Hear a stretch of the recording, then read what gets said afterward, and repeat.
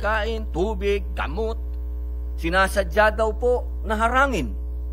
Pati daw po ang mga doktor, mga nurse at mga volunteers ay wala ng proteksyon at nadadamay pa sa patayan. Hindi po daw maikakaila na ang gutom at takot ay ginawa ng kasangkapan dito sa gera na ito. Aming mahal na tagapangulo, hindi na po ito digmaan. Nais po nating ipaliwanag at makita ng ating mga kababayan na hindi po tayo pwedeng manahimik sa usapin nito dahil ito po ay labag sa karapatan ng tao. Ito po ang hinihingi natin. Hindi po tayo madamay dito sa gulo na ito kung hindi tayo po ay humihingi ng awa upang payagan po ng ating kaibigan na bansa ng Israel na makapasok, proteksyonan ang mga sibilyan, humanitarian workers, at payagan po nila ang tuloy-tuloy na pagpasok ng pagkain, ng tubig, ng gamot. Sapagkat tayo po ay nagpasa ng resolusyon patungkol dito. Ang hinihingi po natin ay madinig kaagad at masabihan po sa diplomatikong paraan ang bansang Israel na payagan po tayo, ang bansang Pilipinas, na magsagawa ng humanitarian mission para sa mga nasa Gaza. Mga kababayan, hindi naman po maitatanggi nung panahon na World War II ang Pilipinas. Bago po sumiklab ang World War II, binuksan po natin ang ating bansa sa mga Hudyo. Andyan po ang dating Pangulo Manuel L. Quezon na naging kasangkapan po upang makita ng buong daigdig ang puso ng Pilipino. Sa pagkakataong ito, hinihingi po natin na mapagbigyan po tayo. Meron pong mga resolusyon ngayon na nagaganap sa United Nations para kilalanin ang napag-usapan pa noong 1947 na magkaroon ng 2 states. Yan po ang State of Israel at State of Palestine. Katunayan, ito pong nakalipas na July 28 at 30, pinangunahan po ng France at Saudi Arabia ang isang pandaigdigang pagpupulong sa United Nations kung saan nilagdaan ang New York Declaration.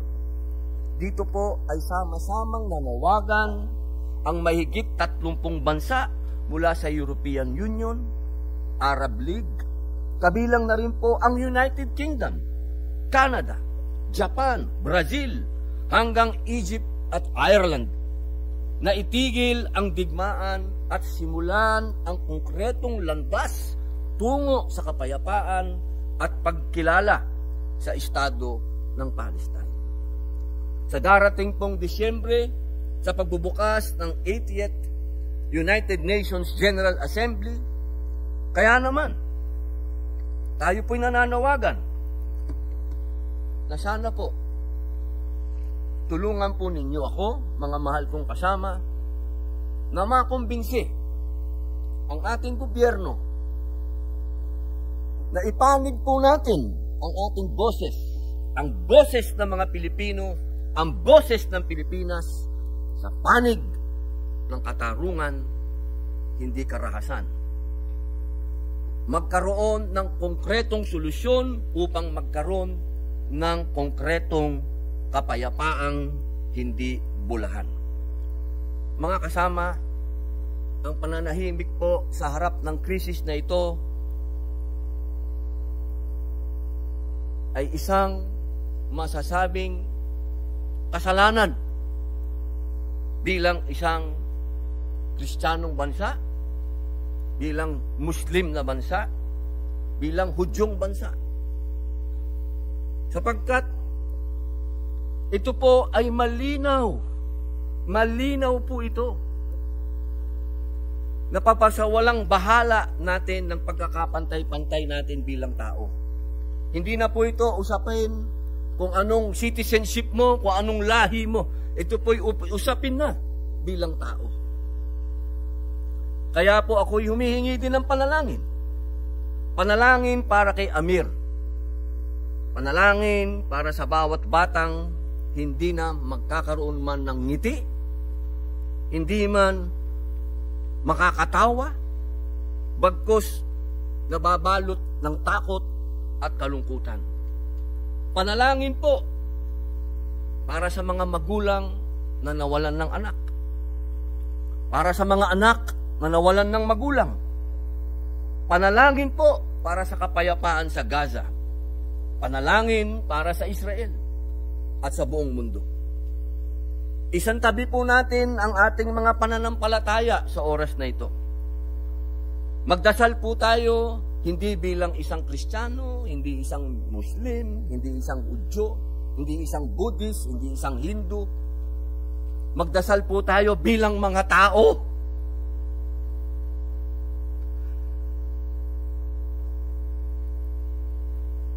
Nakikita na po ng mga mata natin. Malinaw na po sa mga mata natin. Hindi po ako kalaban kailanman ng Israel. Marami po akong kaibigan na Israeli. Ako po ay naging bisita pa ng bayan ng Israel. Ang akin pong paggalang sa Israel ay nasa puso ko. Ang usapin po nito, hindi na po ito usapin ng Israel o Palestino. Tao po tayo, tao.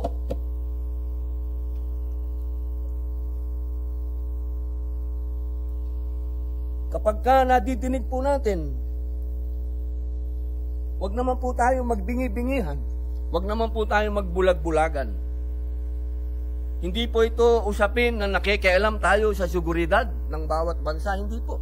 Karapatan nilang ipagtanggol ang kanilang sarili. Ngunit hindi po ito na ayon sa ating konstitusyon na makita po natin na ganyan ang nangyayari sa isang lahi. Dahil tayo po, ang ating konstitusyon, ginawa yan, una, pagpupuri sa Diyos. Kung tayo po ay tunay na naniniwala sa Diyos, hindi po natin dapat takpan ng ating mga mata at manahimik sa usapin na ito. Hindi po tayo titindig na maghahanap ng away. Tayo po ay titindig para makapagdala ng kapayapaan at ng relief goods. Yan lang po ang hinihingi natin. Mabigyan po tayo ng access na makapagbigay naman po tayo ng relief goods dyan sa Gaza. Nang wala pong pipigil kung hindi bibigyan pa tayo ng proteksyon. Yun lamang po mga mahal kong kasama. Pagpasensyahan nyo na po ako kung nagiging emosyonal sapagkat ang nakikita po natin sa ating mga mata, uulitin ko po, hindi isang pelikula, hindi isang Netflix o Prime, ito po ay tunay na buhay. Maraming salamat po. Maraming salamat, Senator Robin Hood Padilla, Majority Leader. Yes, Mr. President, the Deputy Minority Leader, Senator Risa Ontiveros, is seeking the floor for her manifestation. Senator Risa Ontiveros recognized. Salamat po, Mr. President. Mr. President, I would like to express my deep solidarity with the people of Gaza and affirm my strong conviction that peace and human dignity must be upheld. Ang mga pangyayari ngayon sa Gaza ay hindi lamang isang humanitarian catastrophe. Ito ay isang krisis ng sanlibutan. Libo-libo na ang namatay, pami-pamilya ang nalipol. Natutulog sila na walang kasiguraduhang magigising kinabukasan. Basic infrastructure and social services have been decimated. Gaza has been reduced to rubble. Sa datos ng UNICEF, 50,000 children have been reportedly killed or injured since October of 2023.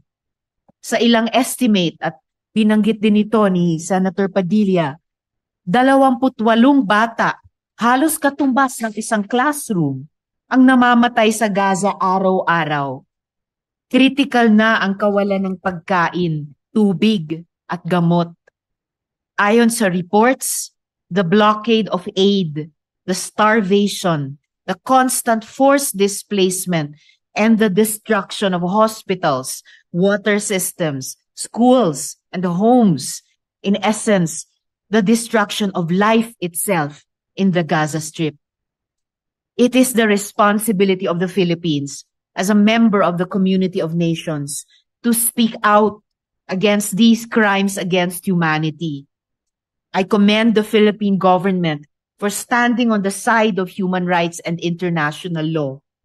Last June, together with 148 other countries, we voted in favor of a UN General Assembly resolution demanding an immediate and permanent ceasefire in Gaza. It is also our personal duty as human beings to not choose silence when our fellow men, women, and children are dehumanized on this scale, especially with the presence of Filipino-Palestinians living in Gaza. Shukran kay Senator Padilla for lending his voice to this issue. Kaisa niyo po ako, pati sa Senate Resolution number 14. Salamat po, Mr. President. Thank you, Senator Ontiveros. Majority Leader. Yes, Mr. President, Senator Erwin Tulfo is also seeking the floor for a manifestation. The gentleman from Palawan, Senator Erwin Tulfo, is recognized. Maraming salamat po at magandang hapon po, Ginoong Pangulo.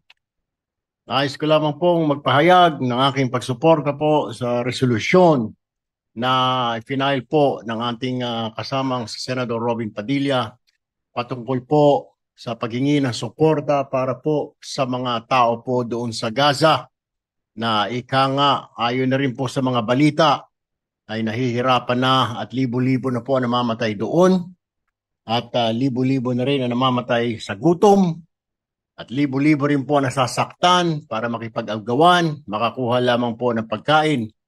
Gabi-gabi po napapanood ko ito sa telebisyon sa mga balita na ganun po ang nangyayari sa mga tao doon. Kabilang na po ang mga kabataan.